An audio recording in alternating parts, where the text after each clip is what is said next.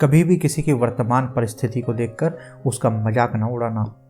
समय में इतनी ताकत होती है कि वो कोयले तक को हीरे में बदल सकता है। आइए आज हम आपको ले चलते हैं इतिहास के ऐसे ही कालखंड में जहां मगध के राजा धनानंद द्वारा आचार्य चाणक्य का घोर अपमान किया जा रहा है। क्यों बे मूर्ख ब्राह्मण, तू मुझे सिखाएगा कि शासन कैसे चलाया जाता है? इतनी छोटी सी बात के लिए तूने मुझे कष्ट दिया। तेरी इतनी हिम्मत? अगर तुझे यह बात इतनी ही महत्वपूर्ण लगती है तो यह बात मेरे द्वारपाल को कह देता। गांधार और तक्षशिला से मुझे क्या लेना देना? मैं मगध का राजा हूं। जब मगध पर आक्रमण होगा तब सोचूंगा। बहुत गर्व है ना तुझे अपने ज्ञान और अपने ब्राह्मणत्व पर? सैनिकों, इसकी शिखा खींचकर इसे बाहर निकाल दो। घनानंद गुस्से से तमतमाते हुए चाणक्य की ओर देखते हुए बोला। आखिर धनानंद को चाणक्य पर इतना गुस्सा क्यों आ रहा था? चाणक्य ने ऐसी कौन सी बात कह दी थी जो धनानंद को इतनी चुभी कि वह एक आचार्य को यूं इस तरह सरेआम बेइज्जत करने लगा? दरअसल इसकी शुरुआत हुई थी तक्षशिला विश्वविद्यालय से, जहां आचार्य चाणक्य पढ़ाया करते थे। तक्षशिला आज के पाकिस्तान के रावलपिंडी शहर में स्थित है। एक दिन जब वे विद्यार्थियों को पढ़ा रहे थे तभी वे अचानक कुछ सोचने लगते हैं। बहुत देर मौन रहने के बाद उन्होंने कहा, हमें उसे हराना ही होगा।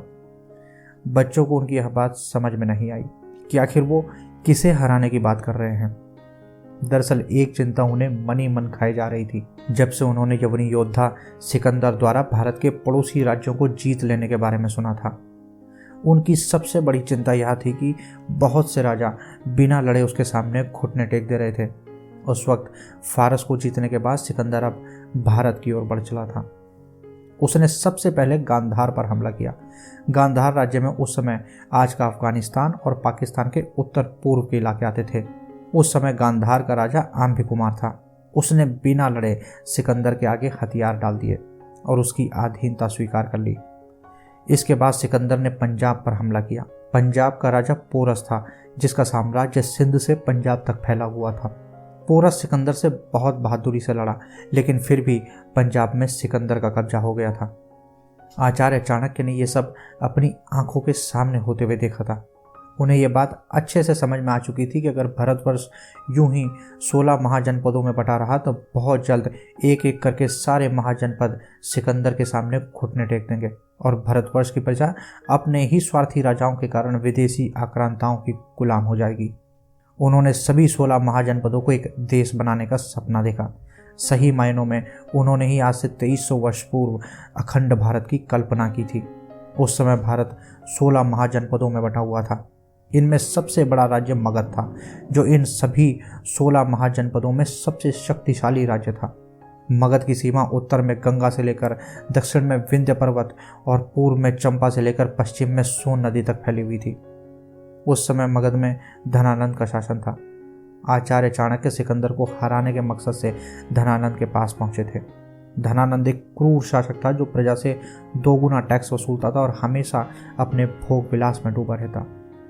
एक दिन धनानंद ने ब्राह्मणों को दान देने का एक पर्व आयोजित किया था और इसी पर्व की आड़ में चाणक्य धनानंद से मिलने उनके दरबार में पहुंच गए। एक राज दरबारी ताड़पत्र से एक एक ब्राह्मण का नाम पुकारता और घनानंद उन ब्राह्मणों को एक एक स्वर्ण मुद्राओं की पोटली देता जाता। कुछ समय बाद दरबारी द्वारा चाणक्य का नाम पुकारा गया। आचार्य चाणक्य आगे आए, लेकिन स्वर्ण मुद्राओं की पोटली लेने नहीं बल्कि राजा को कुछ बताने के लिए।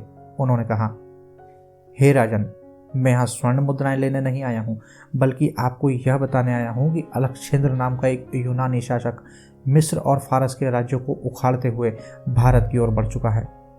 कई राजाओं ने उसके हाथों अपनी पराजय स्वीकार कर ली है महाराज। उसकी गांधार के राजा के साथ संधि भी हो चुकी है। अतः आपसे अनुरोध है कि इसी वक्त खुद को और अपनी सेनाओं को युद्ध के लिए तैयार कीजिए।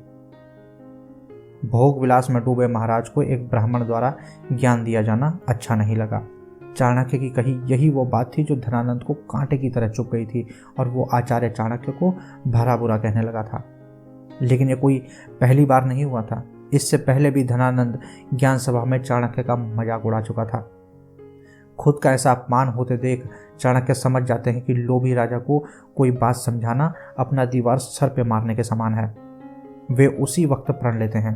मदिरा और ताकत के नशे में चूर, हे दुष्ट धनानंद, तेरा सर्वनाश का समय आ चुका है।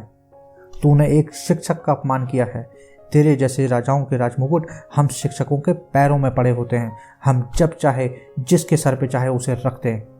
मैं चाणक्य प्रण लेता हूँ कि जब तक तेरा सर्वनाश नहीं कर लेता तब तक अपनी शिखा नहीं बांधूंगा। उसके बाद चाणक्य वहां से चले गए और उस इंसान की खोज करने लगे जो धनानंद की जगह ले सके और अखंड भारत के अपने सपने को पूरा कर सके। बहुत खोज के बाद एक दिन उनकी मुलाकात चंद्रगुप्त से हुई। वो चंद्रगुप्त की निर्णय लेने की काबिलियत से बहुत प्रभावित हुए थे। उन्होंने उसी वक्त तय कर लिया था कि उन्हें चंद्रगुप्त को अखंड भारत के लिए तैयार करना होगा।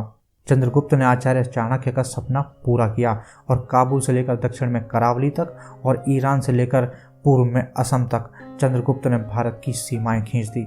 एक दिन खाना खाते समय चंद्रगुप्त ने अपना खाना अपनी पत्नी दुर्धरा को दे दिया, लेकिन वो खाना खाते ही दुर्धरा बेहोश होने लगी।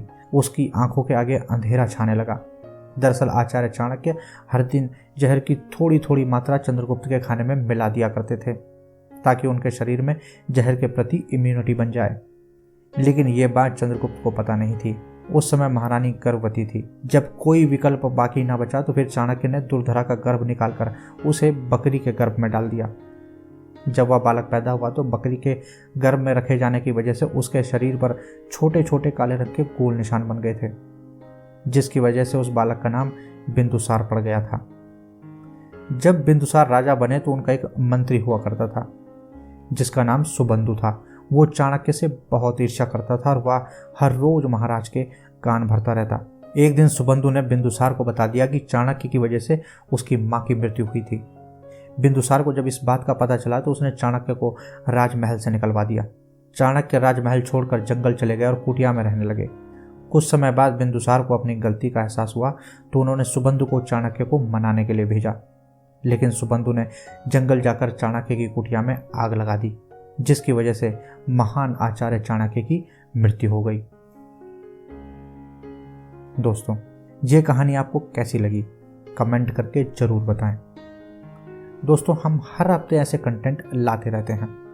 अगर आपको यह कंटेंट पसंद आता है तो हमारे चैनल को सब्सक्राइब करें और बेल आइकन दबा दें ताकि आपको आगे आने वाली वीडियोस की नोटिफिकेशन मिलती रहे। धन्यवाद।